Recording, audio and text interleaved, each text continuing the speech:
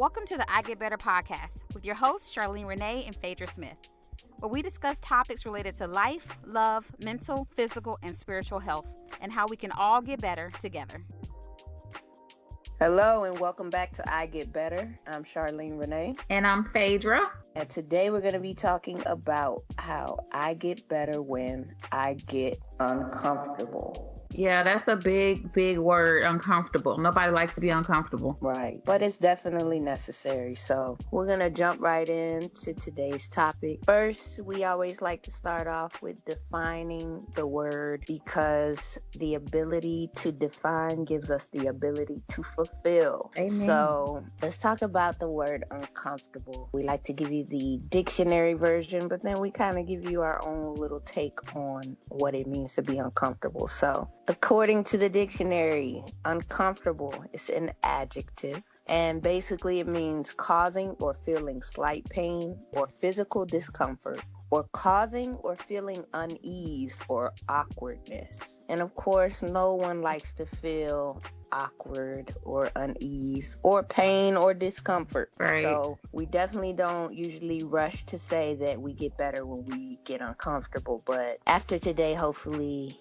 you all will have that same perspective because we're going to go over why it is so important to get uncomfortable sometimes. Right. And we say that as we're sitting comfortably in our relaxed seated positions right now. But we're going to get uncomfortable today. We're all going to get uncomfortable so that we can get to what's on the other side. So let's talk about it. Let's talk about why it's important to get uncomfortable. So what are some examples of some barriers that get in the way of us getting uncomfortable, or not necessarily getting uncomfortable, but doing the things that we need to do in order to be successful in life? And I think some of those barriers might be, number one, being uncomfortable, but being uncomfortable about what?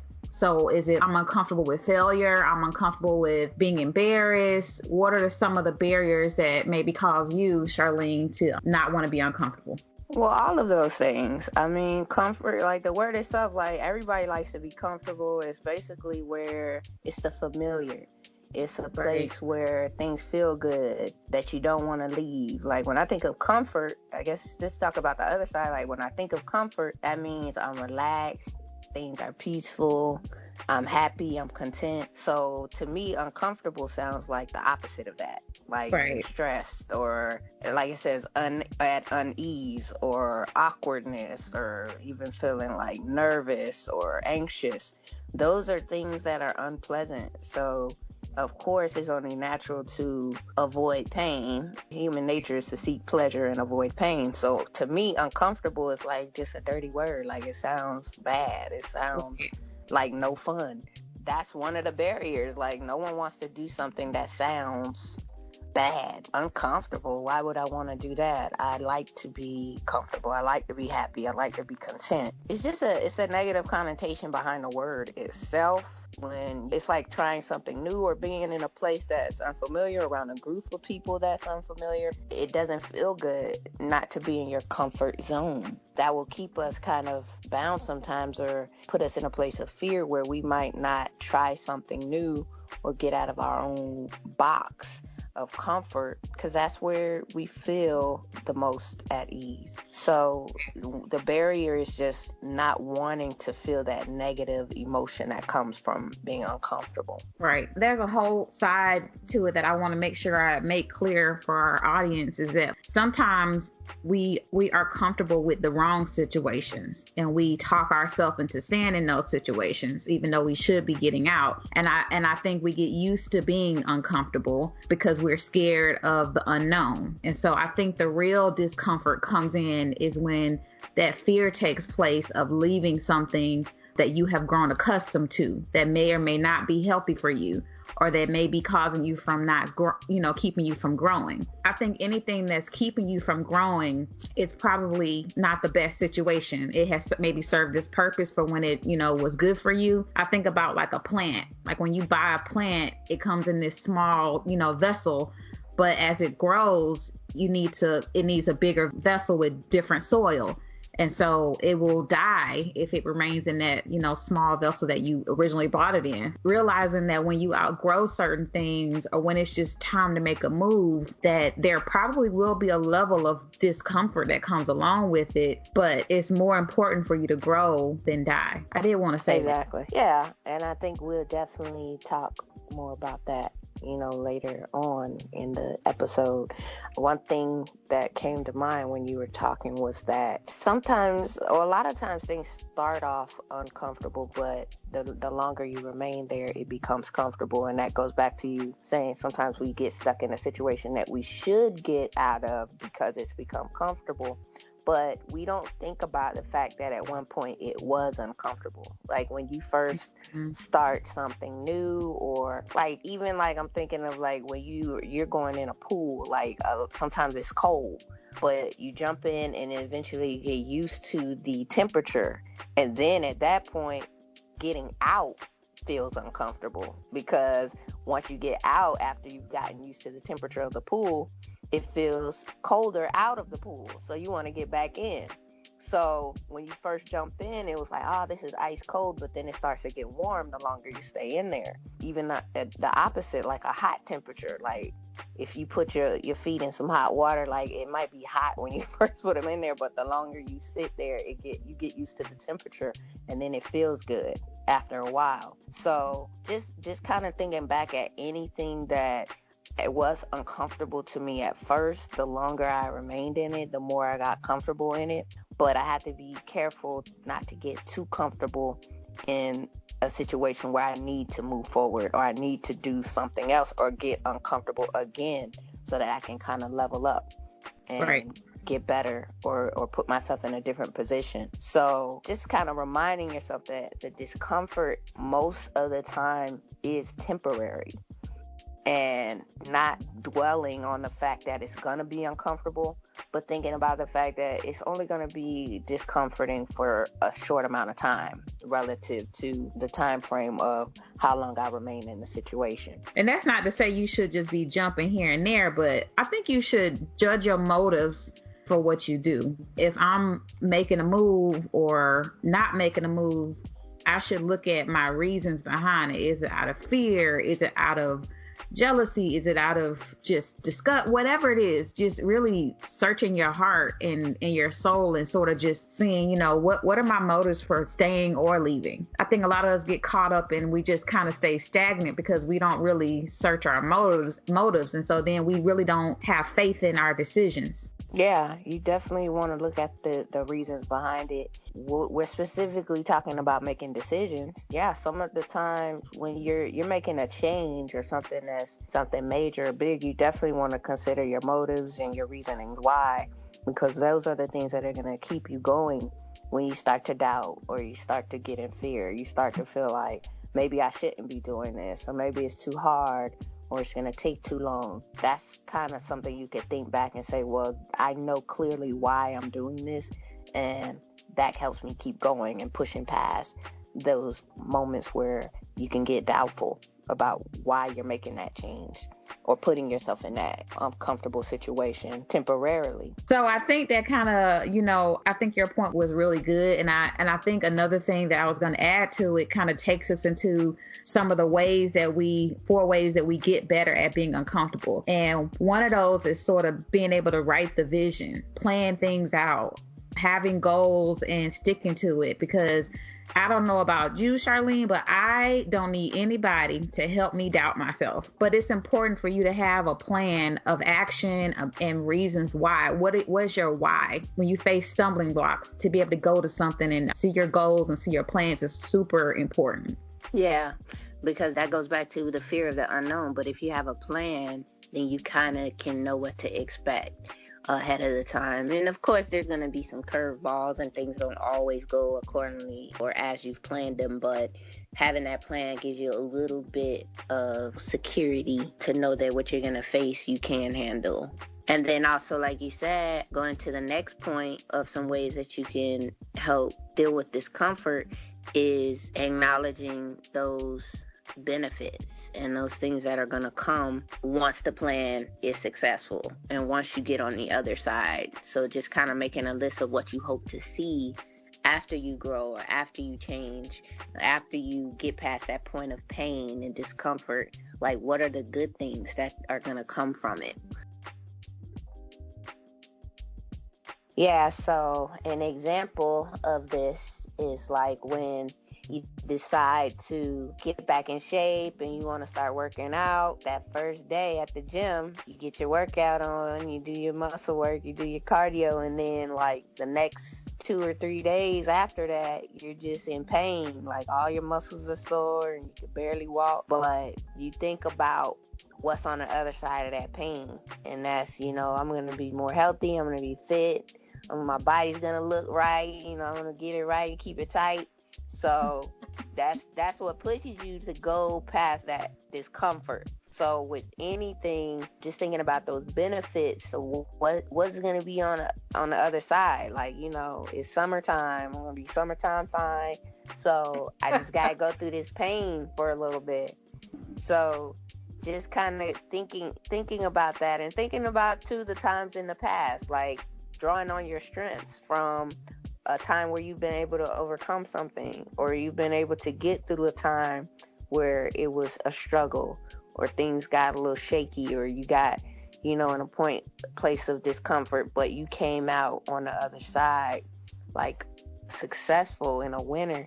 Those are the things that can help you get better at being uncomfortable and being okay with being uncomfortable for a time. And I think those are really good points, because when you are working out, like in order to build muscle, you actually are breaking down your muscles, and so that is painful.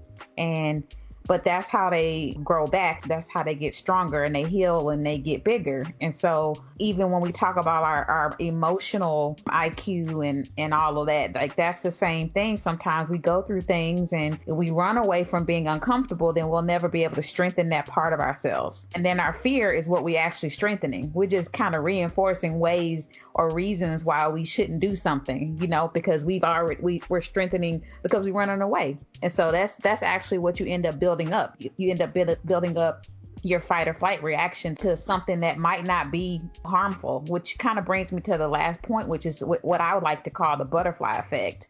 I know for myself, well, for us, recently we made some business moves, and for me, I always have these butterflies in my stomach when I'm about to do something new, including flying, because I do not like to fly. Don't ask me why. It wasn't like I had this big trauma behind it. It just kind of came out of nowhere.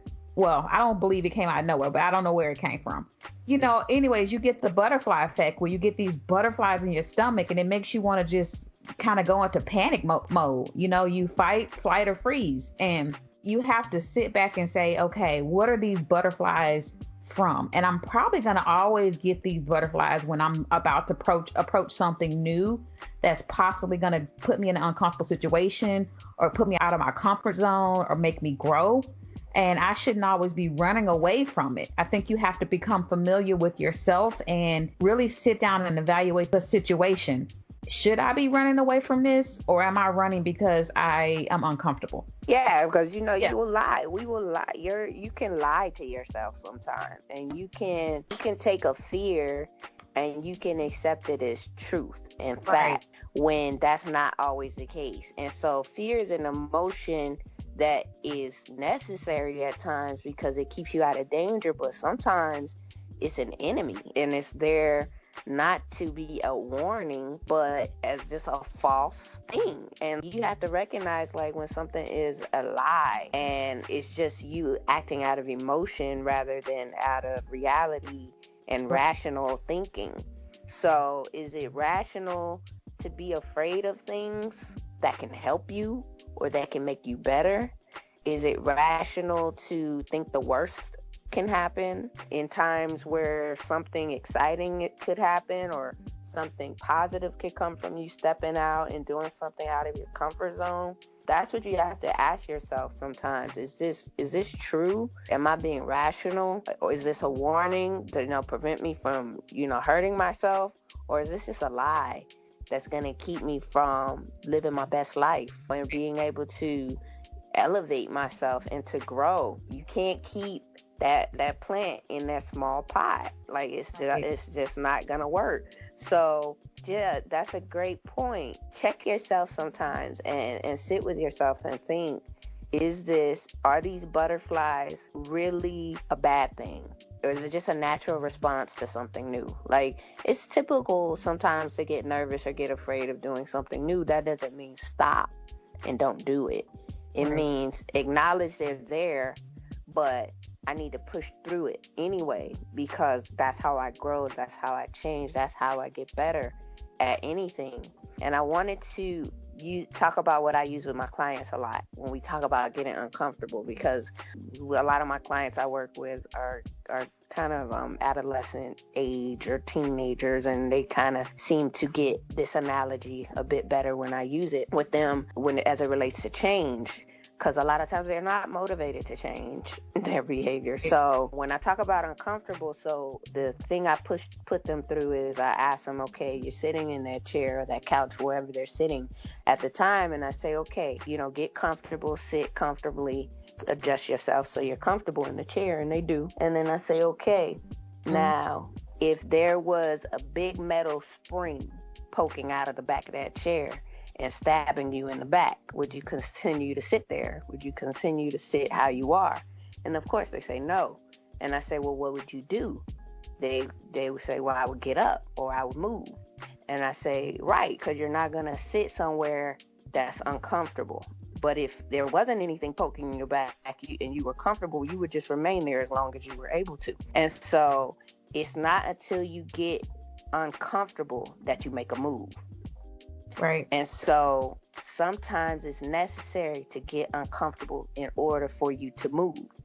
Because if I'm comfortable, I'm chilling, in a nice, comfy, lazy boy. I'm just going to kick my feet up and remain there until, oh man, my legs falling asleep, or I laid on my side wrong, or I slept on my arm. Now I got to get up and move because I'm uncomfortable. Right. So just using that, they're kind of like, oh, okay. I realize that in order to change, sometimes I do have to get uncomfortable. Sometimes I do have to feel a little pain in order to move. Because as long as something feels good, I'm going to just remain there. And so realizing that feeling good is not always a good thing, because it will keep you stuck in a place where you're kind of in a box and you can't grow and you can't experience anything new unless you get up and make a move. I might be comfortable in this chair, but man, somebody might be doing something exciting outside and I miss it because I wouldn't get up from my comfortable seat. Yeah. Or I missed out on something that I could have experienced if I had just got up and made that move. So I think it kind of brings us to the point where I want to mention you have to do baby steps when you're doing this. Not beating yourself up that you can't open that business right away or buy that car you want right away, or it doesn't have to be monetary, but whatever your goal is that seems so big or so scary that you can't move, going back to the point of just having a plan and doing it slowly, having baby steps. Just the first step could literally be just deciding to stand up out of the chair with a spring been sticking you in the back, or getting a pen and paper and just saying, I'm going to write one goal today, one action step today. And it doesn't have to be big. It just has to be something. Sometimes we all just need a win. So set yourself up to have some wins, some small victories. And that's what builds your confidence. Like we said, you have to grow that muscle of faith versus that muscle of fear. That starts with baby steps sometimes. Exactly.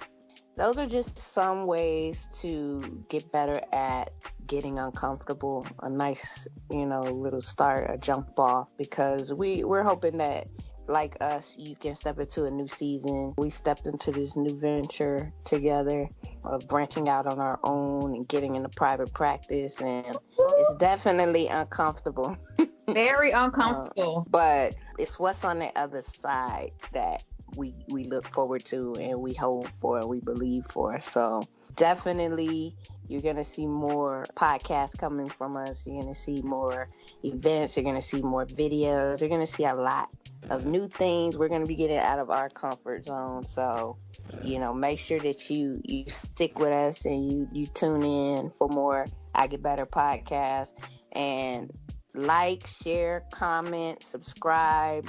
You can also send us questions or topics that you want to see discussed on the show, or just give us some feedback and some comments on some ways that you plan to get uncomfortable. What is something that you're going to do to step out of your comfort zone over the next 30 days?